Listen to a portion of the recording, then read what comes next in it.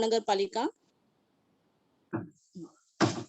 बृहन्मुंबई महानगर पालिका शिक्षण विभाग की ओर से ऑनलाइन एजुकेशन में मैं ज्योति पासनेकर आपका स्वागत करती हूँ। Good morning students. आज का हमारा विषय है, आज हम लोग पाठ ले रहे हैं। तो आज के पाठ का नाम है रीढ़ की हड्डी। प्रस्तुत पाठ जो है आपके टेक्स्ट बुक में पेज नंबर 35 पर है, पाठ क्रमांक 9। सभी बच्चों के पास टेक्स्ट बुक होगे तो अच्छा होगा, तो प्लीज अपने अपने टेक्स्ट बुक लेके बैठना। ये जो पाठ है रीढ़ की हड्डी, इस पाठ के लेखक जो है उनका नाम है जगदीश चंद्र माथुर। आज हम लोग उनका परिचय लेंगे। जगदीश चंद्र माथुर जो है उनका जन्म 1917 बुलंदशहर उत्तर प्रदेश में हुआ और उनकी मृत्यु 1978 में हुई। जगदीश चंद्र माथुर जी एक वरिष्ठ साहित्यकार थे तथा संस्कृति पुरुष भी थे। उन्होंने आकाशवाणी में भी काम किया है। हिंदी को लोकप्रिय बनाने में सबसे बड़ा योगदान उनका रहा है। वो एक प्रसिद्ध ऐसे नाटककार के रूप में भी हमारे सामने आए हुए हैं। उनकी जो प्रमुख कृतियां जो है वो है कोणार्क, पहला राजा, भोर का तारा, शारदिया आदि।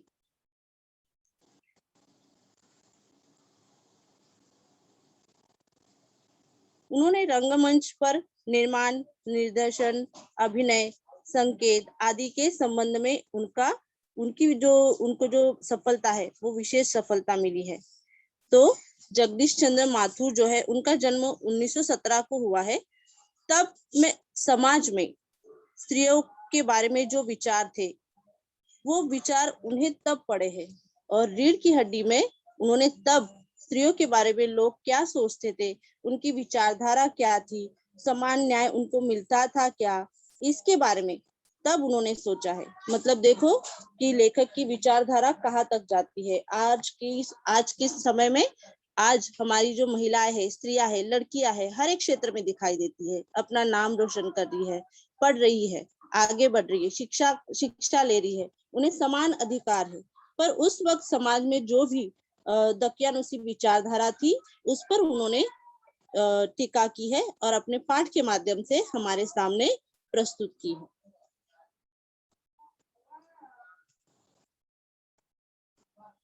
प्रस्तुत पाठ जो है रीढ़ की हड्डी, यह पाठ जो है उस पाठ में जगदीश चंद्र माथुर जी ने स्त्री शिक्षा को महत्व दिखाया है। समाज में जो विचारधारा है, पुराने विचार, दकियानुसी मतलब पुराने विचार, उन पर उन्होंने प्रहार किए हैं, टीका की है, और नारी जो है उसको सम्मान प्रदान किया है, नारी को सम्मान प्रदान किया है। इस पाठ की जो विधा है वो एकांकी विधा है।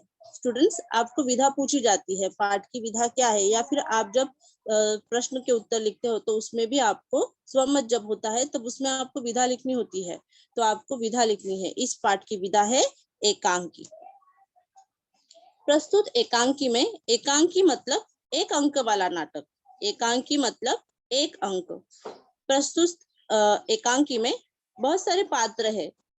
इस पात्रों के माध्यम से हमारी ये जो कथा है आगे बढ़ती जाती है। रीढ़ की हड्डी इस प्रस्तुत एकांकिका में श्री जगदीश चंद्र माथुर द्वारा लिखित गई है। वह एकांकी लड़की उमा के विवाह की एक सामाजिक समस्या पर आधारित है।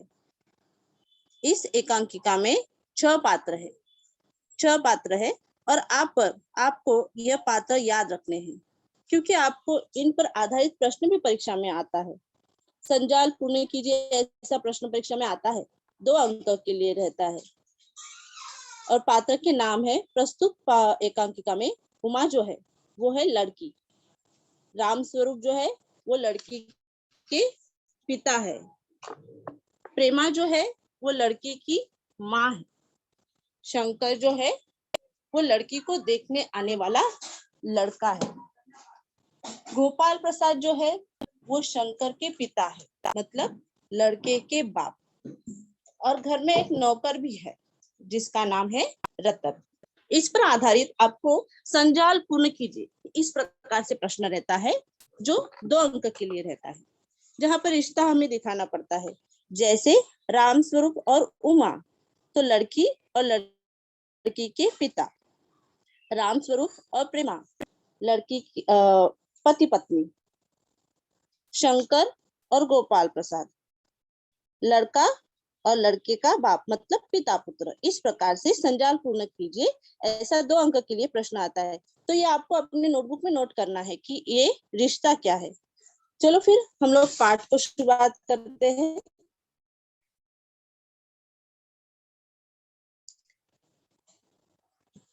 के लिए गोपाल प्रसाद और उनका लड़का शंकर आने वाले हैं। यह पाठ जो है संवाद में है, पर यहाँ पर मैंने आपको आसान हो जाए इसलिए मैंने इसमें गद्य के जैसे बनाया है। रामस्वरूप और उनका नौकर, नौकर का नाम रतन है, कमरे को सजाने में लगे हुए हैं।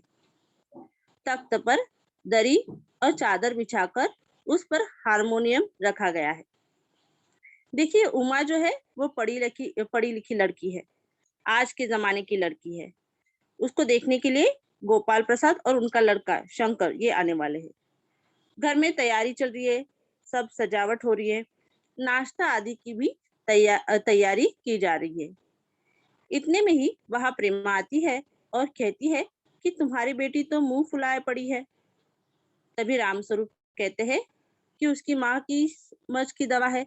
देखिए अभी यहाँ पे रामस्वरूप और प्रेमा ये पति पत्नी है, तो उनमें जो बातें हो रही है वो कह रहे हैं कि उमा मुंह फुला के बैठी है, वो तैयार नहीं हो रही है, गुस्सा हुई है। तो उन्हें वो कहते हैं कि आप किस मर्ज की दवा है, मतलब आप उसको तैयार कर सकते हो। जैसे तैसे वे लोग मान गए हैं। अब तुम्हारी बेवकूफी से सारी मेहनत बेकार चली जाए तो मुझे दोष मत देना। देखो लड़कियों के लिए रिश्ता अगर आता है तो माता पिता बहुत उसके बारे में सोचते हैं कि अच्छा रिश्ता हो, अपने बच्ची को सब सुख मिल जाए, ऐसे ही सोचते हैं हमेशा।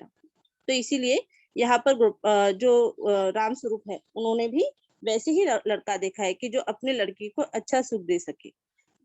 तब प्रेमा कहती है तुमने ही उसको पढ़ा लिखा कर सिर चढ़ा लिया है, मैंने तो पाउडर वाउडर उसके सामने लाकर रख दिया था।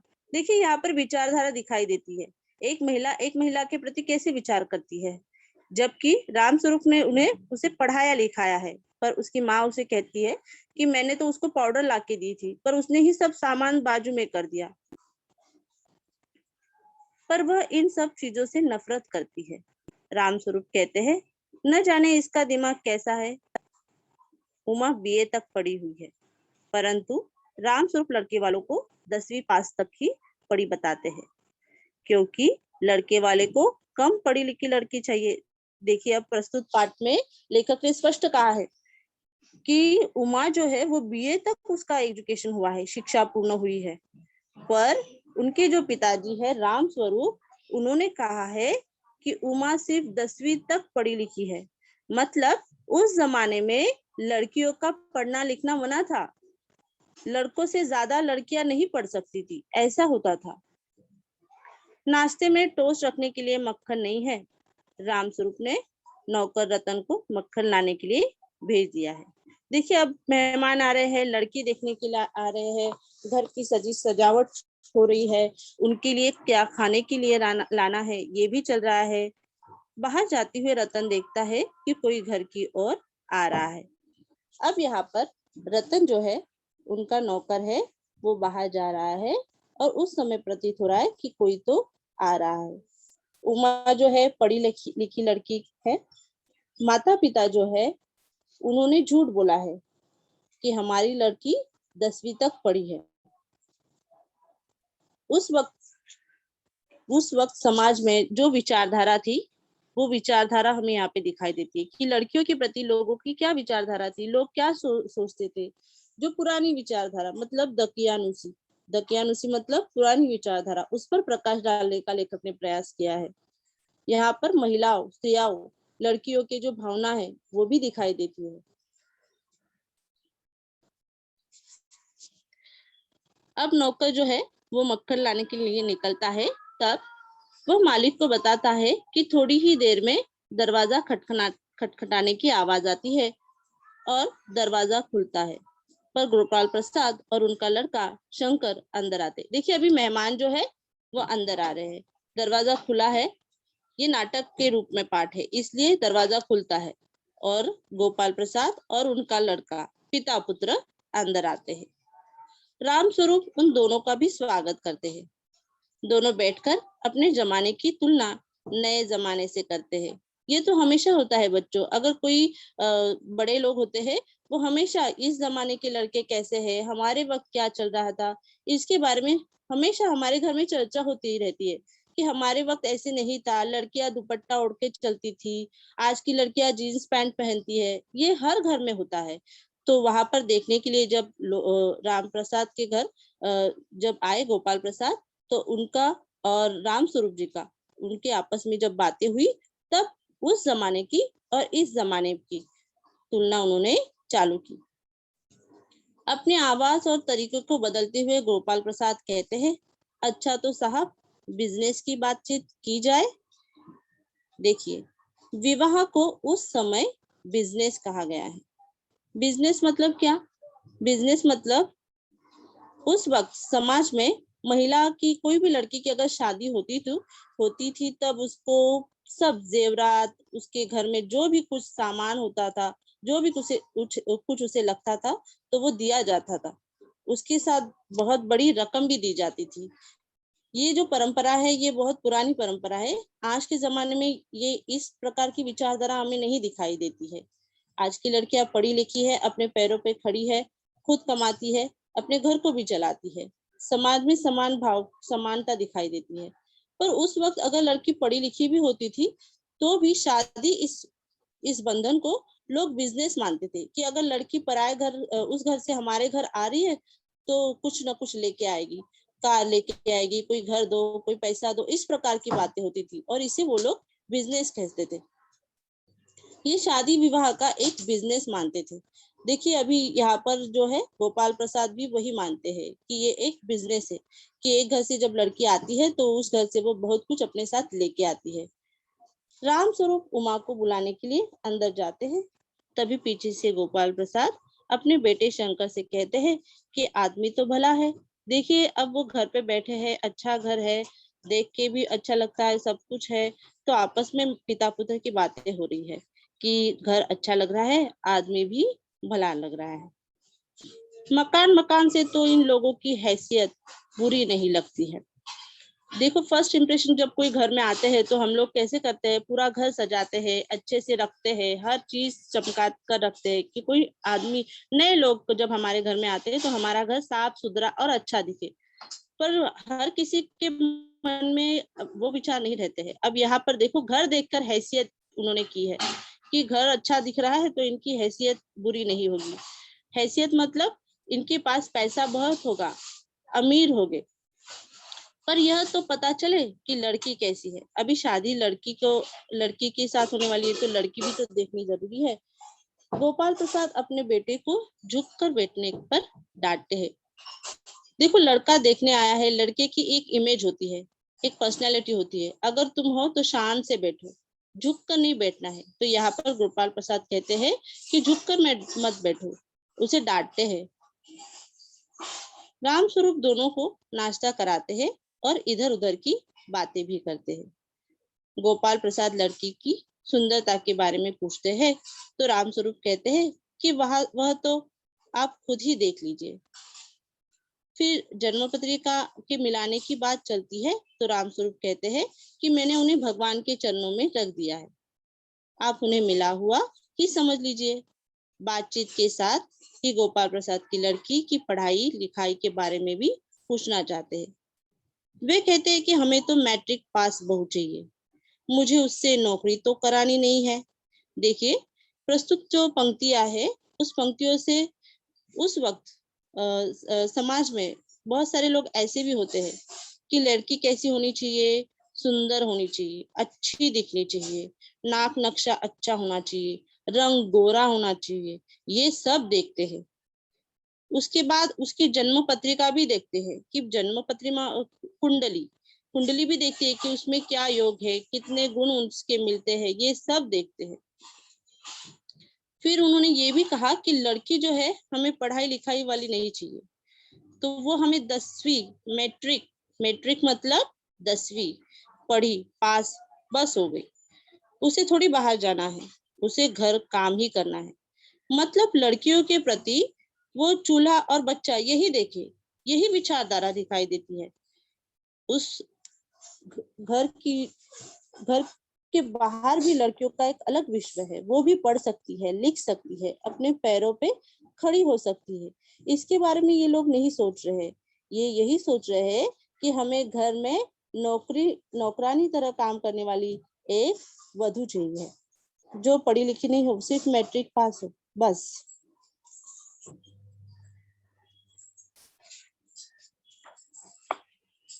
उमा को बुलाने पर वह सिर झुकाकर तथा हाथ में पान की तश्तरी लेकर आती है। देखिए, लड़कियां, आजकल की लड़कियां हम आज बहुत सारे मैट्रिमोनियल साइट रहती है जहाँ पे ऑनलाइन आप रजिस्ट्रेशन कर सकते हैं, ऑनलाइन आप लड़के को फेस टू फेस देख सकते हैं कि भाई लड़का कैसा है, क्या करता है, उसका घर है क्या, उसकी तनख्वाह। आज की लड़कियां डिमांड करती है कि मुझे 50,000 से ऊपर वाला नौकरी वाला लड़का चाहिए, सैलरी वाला लड़का चाहिए, मुझे घर जिसका खुद का हो ऐसा लड़का चाहिए, सामने सामने बैठकर क्वेश्चन पूछती है।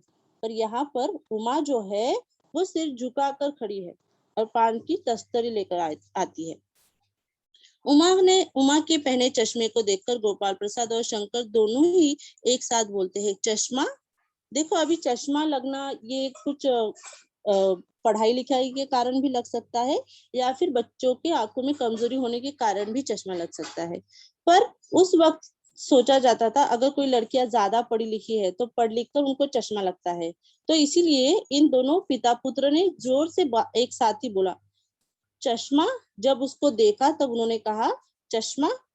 रामस्वरूप उमा के चश्मा लगाने की वजह को स्पष्ट कर देते हैं, दोनों की संतुष्ट हो जाते। तो रामस्वरूप पिताजी है, पिताजी किस प्रकार तो उनको बता देते कि नहीं नहीं, उसको बचपन से ही है, उसकी कुछ आंखों में कुछ प्रॉब्लम था, इस वजह से।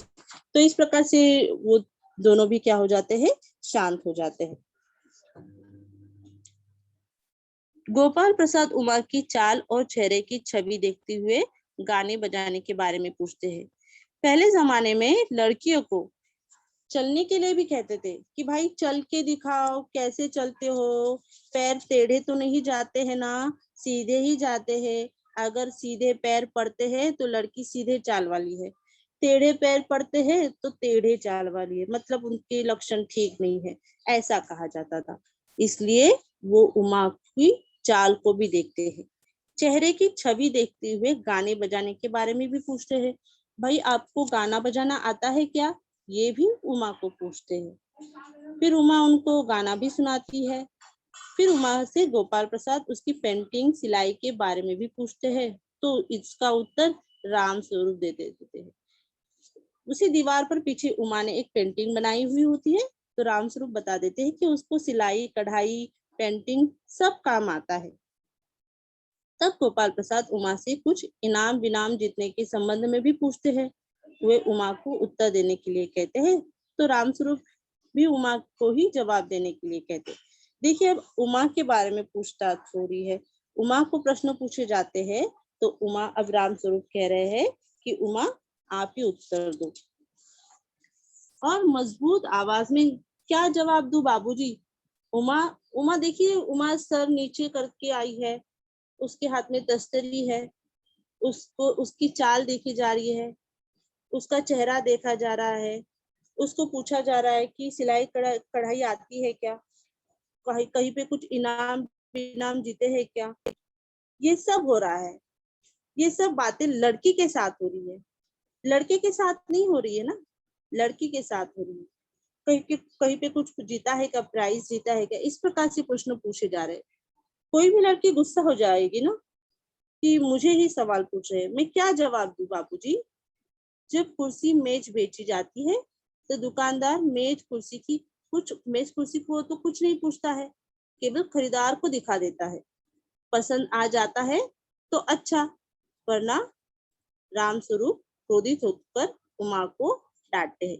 देखिए, अब यहाँ पर उमा जो है वो गुस्से में आ गई है। मैं क्या कहूँ, क्या जवाब दूं बाबूजी? मेज कुर्सी का उसने एग्जाम्पल दिया है। ये जो मेज कुर्सी जो है वो निर्जीव है, उसमें जान नहीं है। अगर खरीदार कोई जाता है दुकानदार के पास और देखता है, उसे अगर कोई मेज कुर्सी पसंद आ जाती है तो वो दुकानदार को ही पूछता है कि ये कैसी है, कैसी दी, और खरीद लेता है। पर यहाँ पर उमा तो निर्जीव नहीं है, वो तो जीवंत है, जिंदा है। और यहाँ पर शादी मतलब एक बिजनेस चल रहा है।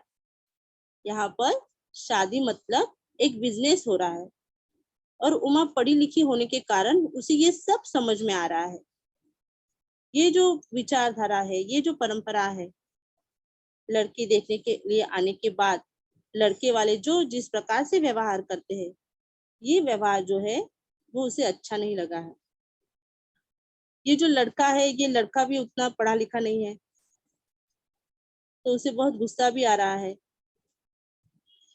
और वो अपना गुस्सा अपने पिताजी पर बोल रही है कि मैं क्या बोलूं बाबूजी, आप ही बताइए। इसीलिए उसने कहा है कि जब मेज कुर्सी, जब कोई खरीदार खरीदने जाता है तो उससे पूछता है क्या, मेज कुर्सी से, दुकानदार से पूछता है। तो यहाँ पर उसने अपने आप को मेज कुर्सी कहा है, और पिता को कहा कि आप बिजनेस है ना, बिजनेस चल रहा है ना, तो आप ही बता दीजिए जो भी कुछ आपको बताना है। वो बहुत क्रोधित हो गई। उमा बोलती है, अब मुझे कहने दीजिए बाबूजी, ये जो महाशय मुझे खरीदने के लिए आए हैं, जरा इनसे भी तो पूछिए कि क्या लड़कियों के दिल नहीं होता, क्या उनको चोट नहीं लगती है। देखिए अब उमा जो है वो अपना दुख बता रही है। दुख बता रही है मतलब क्या, कि अब वो किसी को तो विरोध कर रही है।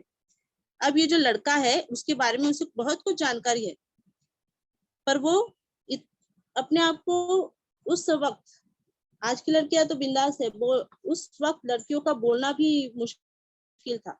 लड़कियां बोल भी नहीं पाती थी, सिर्फ नजर का इशारा होता तो पिताजी नजर का इशारा कर देते थे, लड़कियों को वही काफी था। मुंह बंद मतलब मुंह बंद, कोई बात नहीं करेगा, जितना बोला है उतना बोलो और अंदर चले जाओ।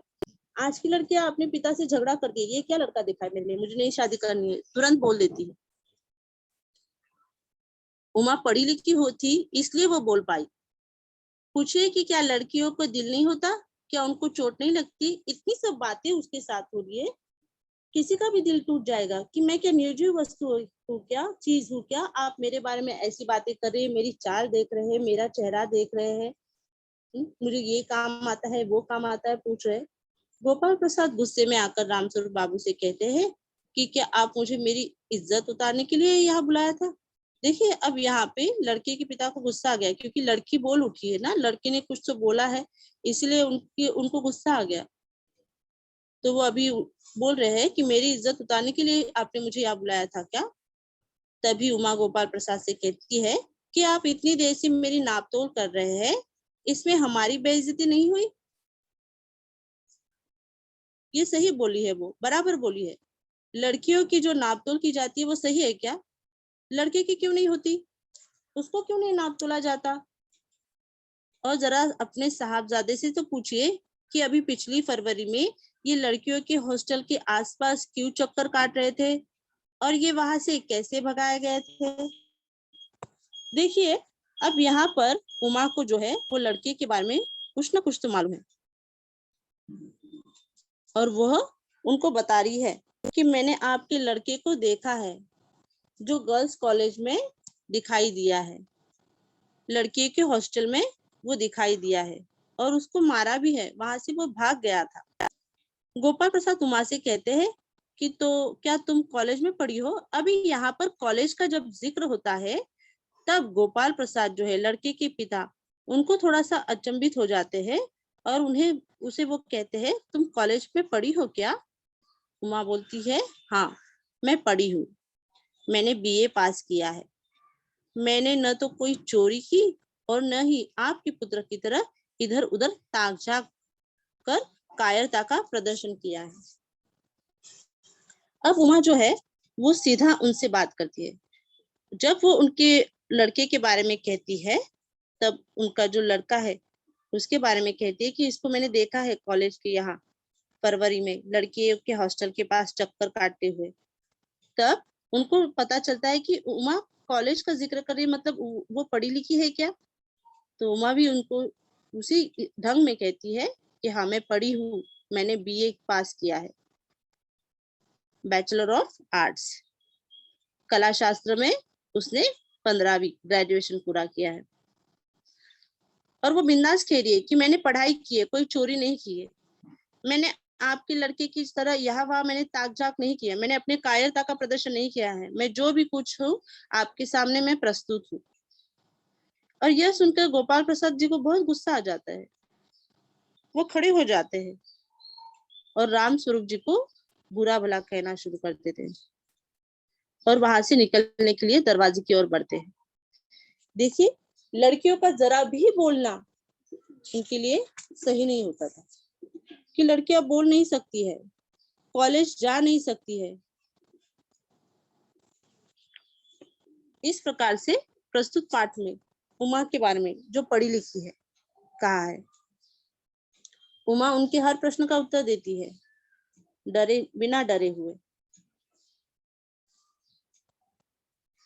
उमा प्रसाद और उनका लड़का दरवाजे से बाहर चले जाते हैं और प्रेमा आती है। उमा रो रही है यह सुनकर रामस्वरूप खड़े हो जाते हैं।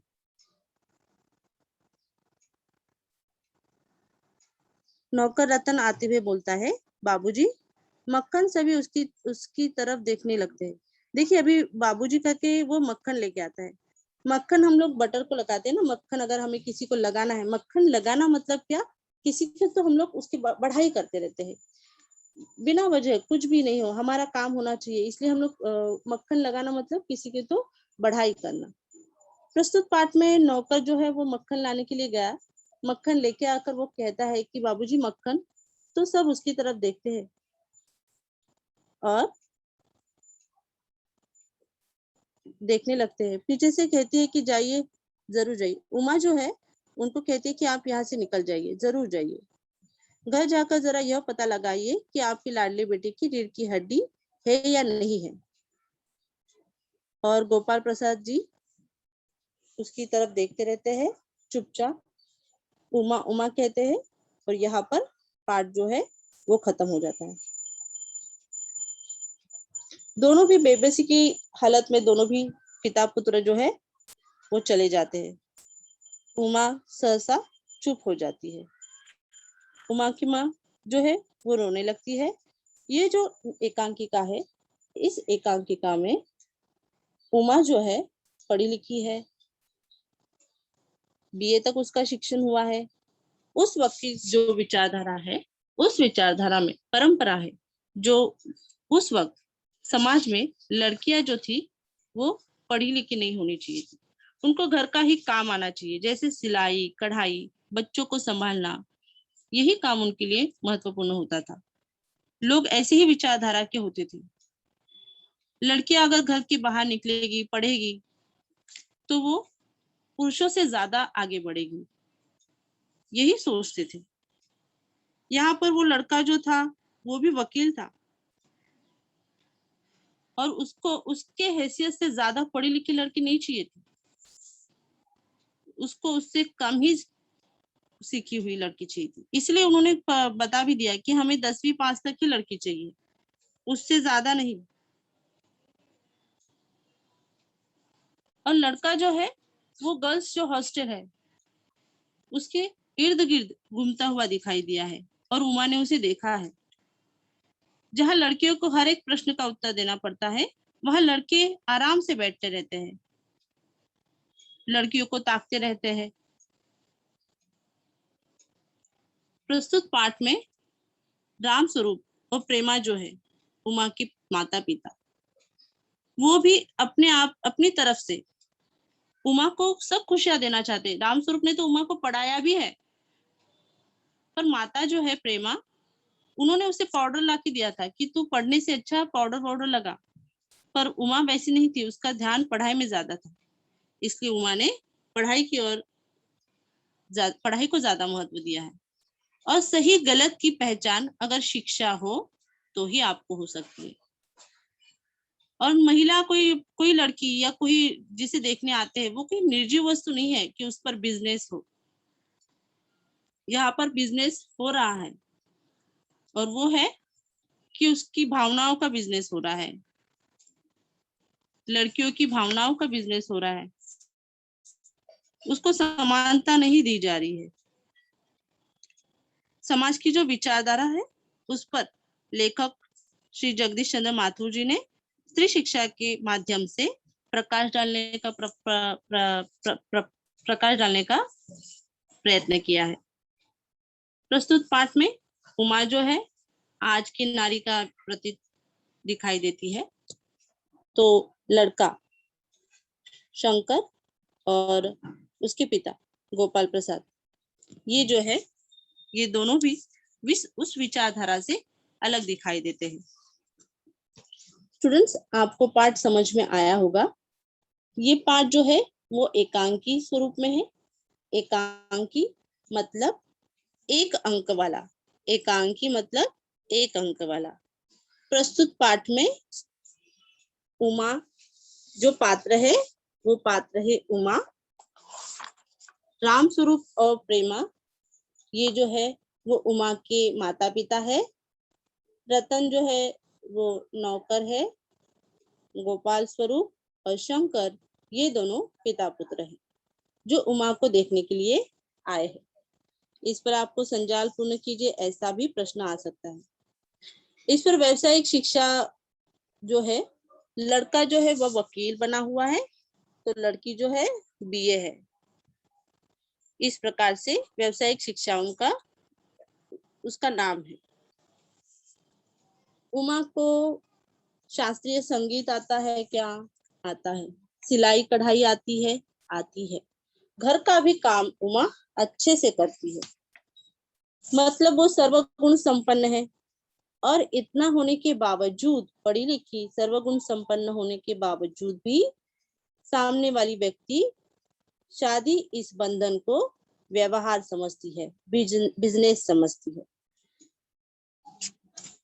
तो इस पाठ का हम लोग पुनरावर्तन करेंगे।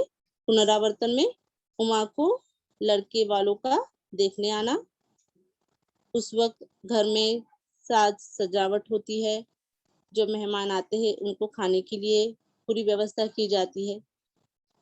राम स्वरूप का घर में मेहमानों का स्वागत की व्यवस्था करना, जब मेहमान आते हैं उनको चाय नाश्ता सब तैयारी करना। लड़के वाले शिक्षित किंतु पुरानी विचारधारा वाले जो है, पुरानी विचारधारा है तथा स्त्री शिक्षा के विरोध में है। लड़की उन्हें घर काम करने वाली नौकरानी जैसी चाहिए, 10वीं तक पास, घर को ही संभाले, ऐसी लड़की चाहिए। पुरानी विचारधारा वाले जो लोग हैं वो है गोपाल प्रसाद और शंकर। उमा से सब कुछ बातें करते हैं कि उमा को क्या क्या आता है। उमा को सिलाई कढ़ाई, पेंटिंग, उसके बाद गाना आता है। वो उमा से भजन भी सुनते हैं। कुछ प्रश्न भी उससे पूछते हैं। प्रश्न पूछने के बाद उमा उनको उल्टा सवाल भी करती है, उनके सवालों के जवाब भी देती है। उनकी जो विचारधारा है वो उमा को पसंद नहीं आती है, क्योंकि उन्होंने जिस प्रकार, उमा बोलती है कि ये जिस प्रकार मेज कुर्सी की कीमत लगा रहे हैं वैसी मेरी भी कीमत लगा रहे हैं। इसलिए उमा को उन पर गुस्सा आता है और उनके सवालों के वो जवाब देना चालू कर देती है। उन दोनों को वो अच्छा नहीं लगता और उन्हें भी गुस्सा आता है। लड़कियां जब बोलती है तब उनको गुस्सा आता है, उमा बोलती है तब। उमा के प्रश्न का उत्तर सुनते ही उसके शिक्षित होने का प्रमाण उसे मिल जाता है। उमा के बोलने का तरीका, उसके बाद उमा ने उस लड़के को जहाँ देखा है उसके बारे में बोलते वक्त वो शिक्षित है ये उन्हें जब पता चलता है तो वो उसको विरोध करते हैं कि हमें ये लड़की नहीं चाहिए और वो वहां से निकल जाते हैं। कहानी जो है ये एकांकिका है। अंत थोड़ा सा दुखदायक है, पर अंत थोड़ा सा दुखदायक होने के बावजूद भी इस एकांकिका से जो मैसेज मिल रहा है वो बहुत महत्वपूर्ण है। क्योंकि समाज में नारियों के प्रति लोगों की जो विचारधारा है, लड़कियों के प्रति विवाह संस्था, इस बारे में लोगों की जो सोच है उस पर लेखक ने कहा है। और ऐसी समस्या, ये समस्या आज भी दिखाई देती है, जिसको हम लोग हुंडा कहते हैं, जिसको हम लोग लड़की के बदले में लड़की के साथ साथ बहुत सारी चीजें हम लोग मांग देते हैं। ऐसे बहुत सारे परिवार है जो पढ़े लिखे होने के बाद भी दहेज मांगते हैं। तो दहेज देना ये बहुत बुरी बात है। लेना, अब आज दहेज लेना और देना ये दोनों गुनाह है। ऐसा होने के बाद भी बहुत सारे लोग चुपके से फ्रिज दे दो, वॉशिंग मशीन दे दो, चाहिए तो लड़के को घूमने की, आपकी लड़की घूमेगी तो कार भी दे दो, बिजनेस बना दिया। तो ये आज से नहीं, ये बहुत पहले से है, पर इस पर किसी ने तो प्रभाव डाला है, किसी ने तो प्रहार किया है। तो जगदीश चंद्र माथुर जी ने इस विचारधारा के माध्यम से हमें इस पाठ में एक सीख दी है कि प्रस्तुत एकांकिका जो है रीढ़ की हड्डी के माध्यम से उन्होंने कहा है कि समाज के दकियानुसी अर्थात पुराने विचारों पर प्रहार करते हुए नारी सम्मान को महत्व प्रदान करते हैं। इस पाठ के द्वारा स्त्री शिक्षा का महत्व और समाज के दोहरे चेहरे को भी दर्शाया। देखिए, पढ़े लिखे होने के बाद भी समाज में ऐसे लोग होते हैं जो दहेज मांगते हैं, और ये सही नहीं है। उमा पढ़ी लिखी थी, उसमें कॉन्फिडेंस, आत्मविश्वास था, इसलिए वो बोल पाई। और ऐसी जो लड़की है वो आगे जाके जिंदगी में सच में कुछ अच्छे क्षेत्र में जाती है, कुछ करके दिखाती है। तो हमें इस परंपरा को जो है तोड़ना है। इस परंपरा को, हमें भी, हमारे घर में भी कोई तो लड़की आएगी तो हम लोग कैसे उससे व्यवहार करेंगे? तो ये जो व्यवहार है ये गलत व्यवहार है। तो हमारी भी लड़की किसी और के घर में जाएगी तो हमें ये सोचना चाहिए कि दहेज परंपरा जो है बिजनेस कहा है, उसको हमें क्या करना है? छोड़ना है, तोड़ना है। इस परंपरा को तोड़ देना है और अच्छे, सुशिक्षित, सुजान नागरिक की तरह हमें बनना है। समाज में स्त्री को शिक्षा देनी है। हर एक लड़की पढ़नी चाहिए, उसको शिक्षा का महत्व है। शिक्षा हर एक लड़की के लिए फ्री में है, तो उन्हें शिक्षा का महत्व भी हमें समझाना है। और समानता, जैसे लड़का है वैसी लड़की है, हर चीज में उसे समान देखना चाहिए। तो बहुत अच्छे से रीढ़ की हड्डी इस पाठ में लेखक ने हमें, जगदीश चंद्र माथुर जी ने हमें अच्छा मैसेज दिया है। आपको ये पाठ पसंद आया बच्चों?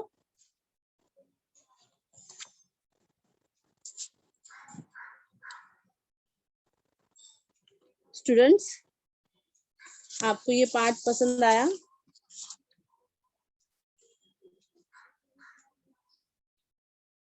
किसी कुछ? हाँ, पलक बोलो बेटा। पलक, मिस लेसन इजी था, लेकिन मतलब उसने बताया टेबल और इसका मतलब उसने एग्जाम्पल दिया, तो मीन्स हमेशा क्यों ऐसा होता है कि औरतों को वैसा समझा जाता है कि पढ़ाई ना करो तो अच्छा रहेगा, सब बोला जाता है। देखो, शुरुआत जो होती है ना, हर चीज की शुरुआत अपने घर से होती है। अब आप पढ़े लिखे हो इसलिए आपने अच्छे से सोचा कि हमेशा ऐसा होता है क्या लड़कियों के साथ? तो हमेशा ऐसा नहीं होता है। बहुत सारे लोग अच्छे भी होते हैं, सब ऐसे नहीं होते हैं।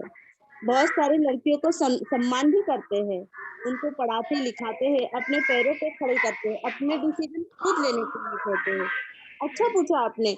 मेज कुर्सी का एग्जाम्पल जो दिया उमा ने, इस एग्जाम्पल के माध्यम से हम लोग कोई नहीं है, हमारा कोई बिजनेस नहीं कर सकता। हमें भी भावना है, हमें भी समाज में स्थान है ना? Yes miss. और किसी? Thank you miss. पूछो Ansari. Good morning teacher. Good morning बेटा, पूछो। टीचर, वाक्यानुसार मतलब क्या? पुरानी विचारधारा। पुरानी विचारधारा मतलब सोच, पुरानी सोच। ओके, आज बहुत सारे ऐसे लोग होते हैं जो आज भी पुरानी विचारधाराओं पे ही चलते हैं। जैसे लड़कियों को घूंघट ओढ़ने के लिए कहते हैं, जो इतना बड़ा घूंघट होता है तो वो कैसे चल पाएगी आगे? तो घूंघट ओढ़ने की ये जो पद्धत है, उनको एजुकेशन नहीं देना, शिक्षा नहीं देना, ऐसे भी बहुत सारे लोग सोचते हैं। उनको क्या करना है, पढ़ लिख कर चूल्हा चौका ही करना है, ऐसे होता है क्या? नहीं। आज की लड़कियां बहुत अच्छे अच्छे क्षेत्र में काम कर रही है, बहुत बड़े स्थान पर पहुंच गई है ना? तो सिर्फ चूल्हा चौका नहीं, तो हर एक क्षेत्र में महिला को, हर एक क्षेत्र में महिला आगे बढ़ चुकी है। तो पुरानी विचारधारा को लेकर हम लोग अगर बैठ गए ना, तो हम लोग पीछे चले जाएंगे बहुत। तो जो भी है उसको छोड़ दो और नई विचारधाराओं को अपनाओ। एजुकेशन लो, शिक्षा लो। शिक्षा लेने से क्या होगे? आपका समाज में एक स्थान होगा, आप पढ़ोगे लिखोगे, अपने पैरों पे खड़े रहोगे, है ना? और Yes, किसी teacher. रिहान? Hello teacher. हाँ रिहान, टीचर मैं पूछो। शाइस्ता। हाँ शाइस्ता, पूछो शाइस्ता। टीचर ये एकांकी को रीढ़ की हड्डी क्यों नाम दिया है? इसको रीढ़ की हड्डी इसलिए कहा है कि देखो हमारा जो बैकबोन है वो स्ट्रेट है ना। Yes. हम लोग स्ट्रेट बैठेंगे तो वो स्ट्रेट हो जाएगा। अगर मजबूत रहेंगे तो हम लोग स्ट्रेट रहेंगे, अगर वो झुका होगा तो हम लोग बेंड हो जाएंगे ना। और रीढ़ की हड्डी Yes, teacher. पे हम लोग खड़े हैं, मजबूत है, इसलिए हम लोग स्ट्रेट खड़े हैं। तो यहाँ पर रीढ़ की हड्डी किसकी झुक गई थी? उस लड़के की, जो कुछ नहीं था, जो पुरानी विचारधाराओं को लेके जा रहा था, इसलिए कहा है बैकबोन, रीढ़ की हड्डी कहा है। पर यहाँ पर लड़की होने के बावजूद वो पढ़ी लिखी है, हर क्षेत्र में उसने अपना नाम किया है। उमा ने घर के काम के साथ साथ पढ़ी लिखी भी है ना, बीए। Yes, तो teacher. इसलिए, हाँ इसलिए कहा है कि रीढ़ की हड्डी कैसी होनी चाहिए? मजबूत होनी चाहिए। अगर मजबूत रहेगी तो वो अपना काम खुद कर सकते। यहाँ पर वो लड़का झुका हुआ दिखाया है, जो पुरानी विचारधाराओं के साथ है। Okay, thank you teacher. Study मतलब हाँ, तस्तरी मतलब तस्तरी मतलब छोटी सी थाली बेटा। तस्तरी मतलब छोटी सी थाली जिसमें परोसा जाता है। तस्तरी मतलब छोटी सी थाली। आदित्य, जस्ट पूछो आदित्य।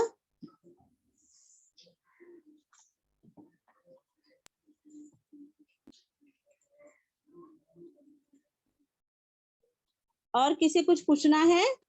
देखिए प्रस्तुत जो पाठ है उस पाठ में शिक्षा लेना जरूरी है, और अपनी बच्ची की शिक्षा छिपाना ये गलत है।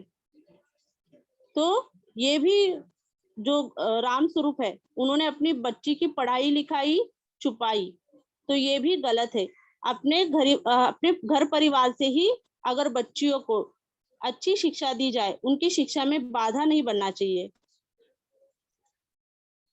तो घर से ही शुरुआत होनी चाहिए। माता पिता क्या करते हैं, अभी इसके लिए उन्होंने जो रिश्ता आया था, उस रिश्ते के लिए उन्होंने क्या कहा कि 10वीं पास है, यही कहा, बल्कि जबकि वो बीए पास थी। तो घर वालों ने ही उसकी शिक्षा को दबा के रखा, तो ये सही नहीं है। तो यहाँ पर माता पिता जो है उस समाज से, उस परिस्थिति जो थी, सिचुएशन से वो कैसे विवश होते हुए दिखाई दे रहे थे। दोनों जो माता पिता है वो दोनों राम स्वरूप और प्रेमा विवश होते हुए दिखाई दे रहे थे कि हमारी लड़की को अच्छा अगर स्थल चाहिए, मजबूरी थी उनकी, ऐसे लग रहा था कि वो मजबूर है। कोई स्थल आया है, लड़के वाले आए हैं, अच्छी सी बातें हुई, उनको अच्छा लगा, वो वकील है ऐसे लगा। पर वकील है तो वो अच्छा होगा ऐसे भी नहीं हो सकता ना। बहुत सारी ऐसी बातें हैं जो हमें अनुभव देती है, तो अनुभव से भी हम लोग सीखते हैं। आज के जमाने में ऐसे भी होते हैं कि वकील है, सी है, अच्छा लड़का है, और फिर लड़कियों की शादी कर देते हैं, तो ये गलत बात है। और फिर बच्चियों को जो है 10 रुपए के लिए भी हर बार अपने पति के सामने हाथ फैलाने पड़ते हैं, ये बहुत बार होता है। तो इसलिए लड़कियों को पढ़ा लिखा होना जरूरी है। वो अपने पैरों पर अगर खड़ी रहेगी तो ही समाज में उसको एक स्थान मिलेगा, अपने डिसीजन, अपने जो निर्णय है वो ले सकती है। और किसी कुछ पूछना है? रिहान, हाँ पूछो रिहान। नो टीचर, कोई डाउट नहीं, गलती से आते तो। ओके, पाठ बहुत आसान है, ये जो पाठ है एकांकिका स्वरूप में है। आप अगर पाठ को देखोगे तो संवादात्मक रूप में पाठ है, जहाँ पर डायलॉग्स है। हाँ, तो पर मैंने इस पाठ को गद्य की तरह आपके सामने प्रस्तुत किया है, जो आपको समझने के लिए भी आसान हो जाएगा।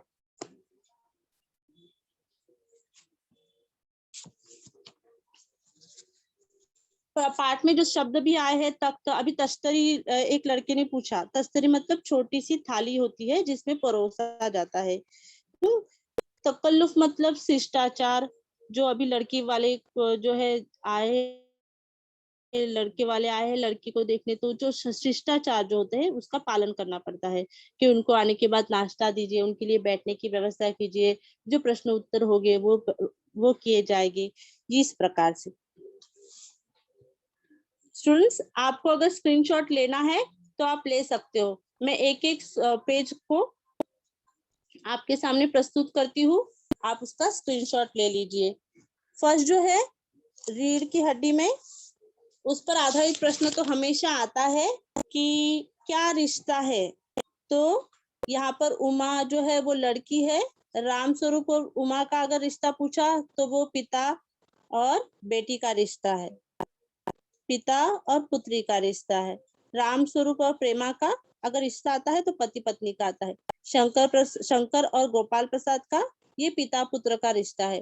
राम स्वरूप और रतन का अगर रिश्ता आता है तो नौकर और मालिक का रिश्ता है। देखिए, उमा को देखने के लिए जब लड़के वाले आते हैं तो उसके पहले जो पूर्व तैयारी होती है वो दिखाई देती है, कि घर को सजाया जा रहा है, नाश्ते के लिए सामान लाया जा रहा है।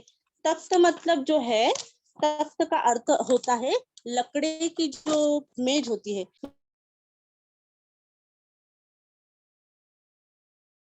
बनी हुई जो चौकी होती है उसको कहते हैं मेज, उसको तख्त कहते हैं। तो इस प्रकार से कठिन शब्द भी है तो वो भी बहुत आसान हो जाएंगे। बैकबोन मतलब रीढ़ की हड्डी। अब उस लड़के को तो रीढ़ की हड्डी नहीं है, इसलिए वो दुम लगा के चला भाग गया, क्योंकि हमारी लड़की जो उमा थी वो होशियार थी, पढ़ी लिखी थी, सवाल जवाब करना जानती थी, सही क्या गलत इसकी उसे पहचान थी, इस वजह से। Students,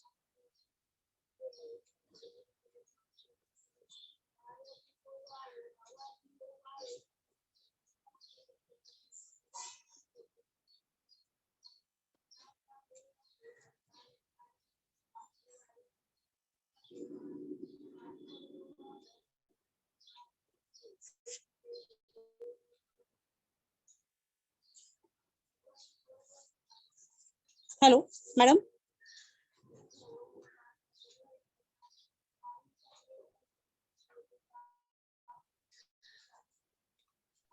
hello. हाँ मैडम। हाँ Jyoti ma'am, we can wind up? Yes ma'am. Okay, thank you so much. Thank you ma'am, thank you. Can you play the video, ma'am? Yes ma'am, yes. Yes, please.